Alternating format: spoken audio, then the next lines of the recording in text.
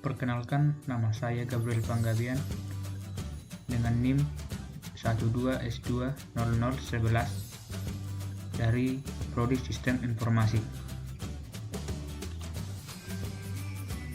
Di sini saya akan menjelaskan apa itu e-commerce. Baiklah, saya akan memulainya.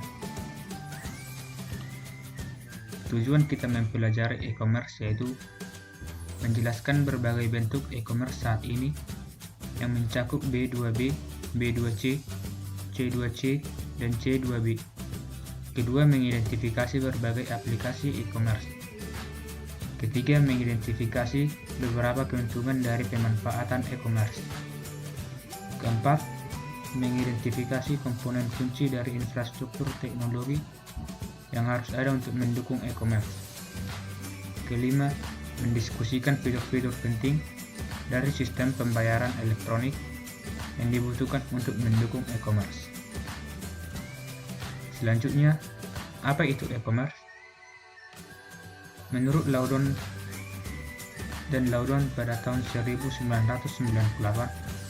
mendefinisikan electronic commerce sebagai the process of buying and selling goods electronically by consumers and from company to company through computerized business transaction. Penemuan kembali e-commerce.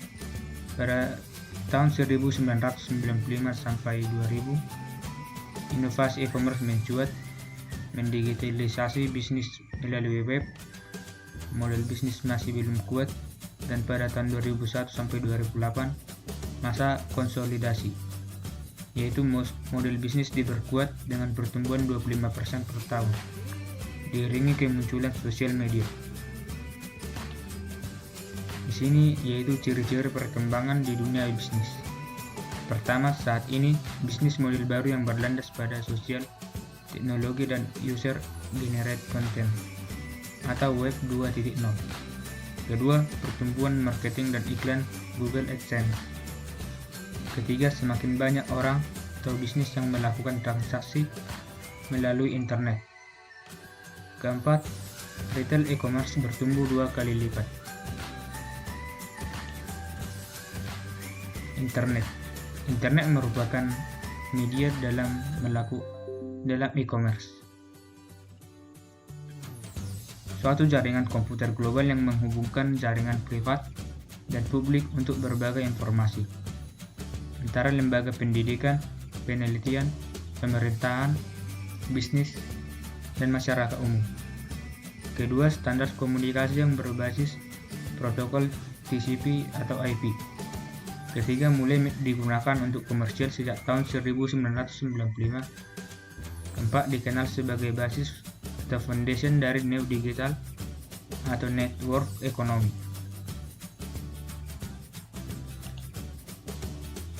Apa itu e-commerce?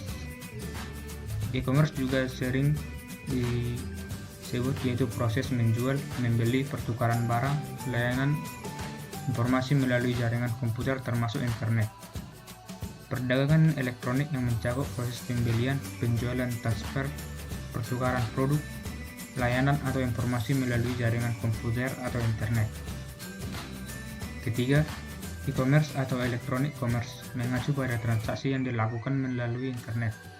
Setiap kali individu dan perusahaan membeli atau menjual produk dan layanan secara online, mereka terlibat dalam e-commerce.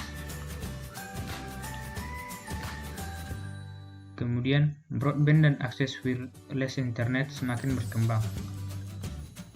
Kemudian, para wirausaha membanjiri jaringan, menepeng pada infrastruktur dari Amazon, eBay, juga Google. Banyak startups baru yang hampir semua memakai infrastruktur IT terkini dengan ide-ide yang fresh. Jenis-jenis e-commerce. Pertama, ada e-commerce business to business atau B2B. Kedua, e-commerce business to consumer atau B2C. Ketiga, e-commerce consumer to consumer atau C2B. Keempat, e-commerce consumer to business atau C2C. Pertama, kita akan membahas e-commerce business to business. yaitu berfokus pada penyediaan produk dari satu bisnis ke bisnis lainnya. Kedua, B2B adalah salah satu jenis e-commerce terbesar di Amerika Serikat dengan total penjualan melampaui $9 triliun pada tahun 2018. Ketiga, contoh perusahaan B2B seperti Slack, platform untuk komunikasi antara bisnis jarak jauh, dan Xero, perangkat lunak akuntansi berbasis cloud untuk bisnis. Keempat, contoh e-commerce B2B di Indonesia seperti Rally.com, Indotrading.com, Kawan Lama, Electronic City, Indonetwork, dan MBIS. Kedua, ada e-commerce business to consumer yaitu B2C. B2C menjual ke pengguna akhir mereka. Model B2C adalah model bisnis yang paling umum. B2C mempresentasikan transaksi antara bisnis dan individu. B2C tidak hanya mencakup produk, tetapi juga layanan. Tiga, Nike, Etsy, IKEA, dan Netflix adalah contoh perusahaan yang terlibat dalam e-niaga B2C. Ketiga, e-commerce consumer to consumer atau C2C. Bisnis C2C juga disebut online marketplace, menghubungkan konsumen untuk menukar barang dan jasa dan biasanya menghasilkan uang dengan membebankan biaya transaksi atau pencatatan. C2C terjadi ketika dua pihak yang terlibat adalah konsumen yang berdagang satu sama lain. Contoh C2C adalah eBay, Tokopedia, Bukalapak, dan OLX. Keempat, e-commerce consumer to business atau C2B. C2B memungkinkan individu untuk menjual barang dan jasa kepada perusahaan. Konsumen memberi perusahaan produk dan atau layanan bekerja sama dalam proyek dan pada akhirnya membantu bisnis meningkatkan keuntungan mereka. Ketiga, contoh dari C2B adalah freelancer dan Upwork yang merupakan platform freelance yang menghubungkan pekerja jarak jauh dan perusahaan. Ini adalah electronic payment mechanics. Pertama ada electronic check, kedua electronic card yang terdiri dari electronic credit card, virtual credit card, purchasing card, stored value money cards, smart cards, dan ketiga ada person to person payments. Ini adalah faktor kesuksesan dari e-commerce, yaitu ada selection and value, kedua ada performance and service, ketiga look and feel, keempat advertising dan incentives, kelima ada personal attention, keenam ada community relationship, keenam ada security dan reliability, dan ketujuh ada great customer communication.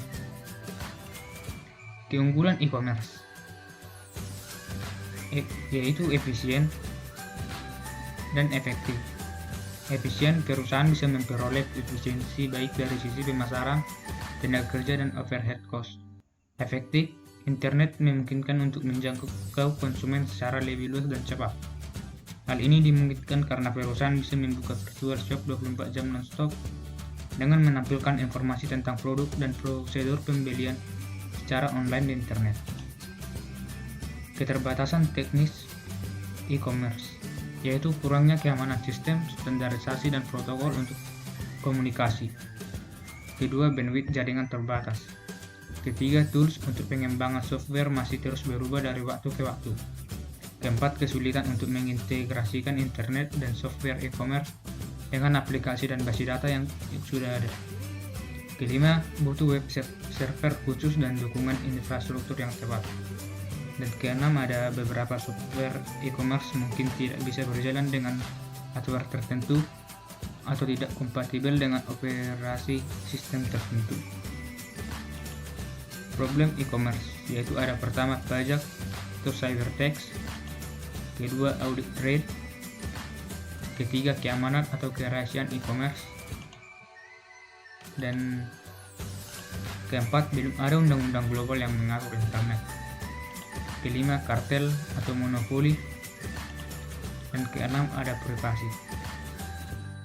Demikianlah hasil dari presentasi saya mengenai e-commerce.